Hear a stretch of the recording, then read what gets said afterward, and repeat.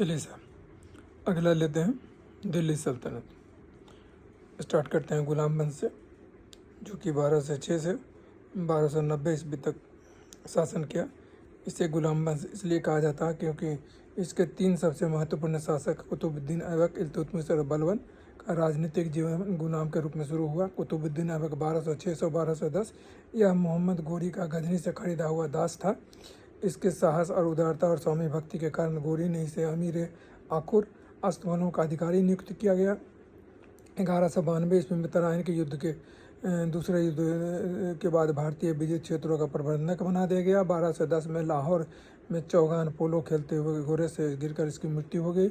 इसने कुतुबुद्दीन बख्तियार काकी के स्मृति में कुतुब मीनार का निर्माण आरंभ करवाया। इसने दिल्ली में कुव्वतुल इस्लाम मस्जिद तथा अजमेर में 2.5 दिन का झोपड़ा का निर्माण करवाया। इसके बाद आए इल्तुतमिश। ऐबक की मृत्यु के पश्चात आराम शाह दिल्ली का सल्तनत शासक बना, किंतु बदायूं का इक़्तिदार इल्तुतमिश ने इसे अपदस्थ कर स्वयं सुल्तान बन गया। इल्तुतमिश ने अपनी बुद्धिमत्ता से मंगोल के आक्रमण से स्वयं को बचा दिया।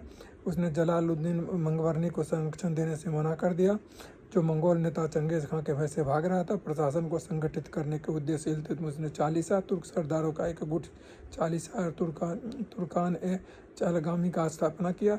इसने राज्य के अभिन्न अंगों को व्यवस्थित कर सल्तनत को एक निश्चित स्वरूप प्रदान किया। इसने चांदी का टंका और तांबे का जीतल मुद्रा को प्रचलित किया। शुद्ध अरबी सिक्के पर चलाने अथवा प्रथम तुर्क सुल्तान इल्तुतमिश था। इसने सिक्के पर टकसाल का नाम लिखने का परंपरा शुरू की। रजिया 1236 से 1240 रजिया दिल्ली के अमीर तथा जनता के सहयोग से सिंहासन पर बैठी। अन्य तुर्क सरदार निजामुल मुल्क जुनैदी, मलिक अलाउद्दीन जानी, मलिक सैफुद्दीन कुची, कबीर खां, मलिक इजाउद्दीन सालरी आदि रजिया के विरोधी हो गए।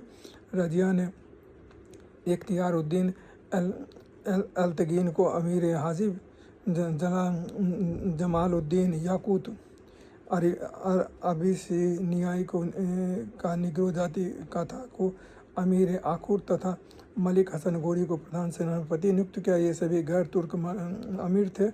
ऐसा करना तुर्क अमीर ने अपना विरुद्ध समझा और उनकी नाराज़गी बढ़ गई। महमूद मसूद शाह के काल में 40 सरगनों में से एक बलबन को आमिर हाजिब नियुक्त किया गया। धीरे धीरे सारी शक्ति बलबन ने अपने हाथ में एकत्रित कर ली। 1245 में बलबन ने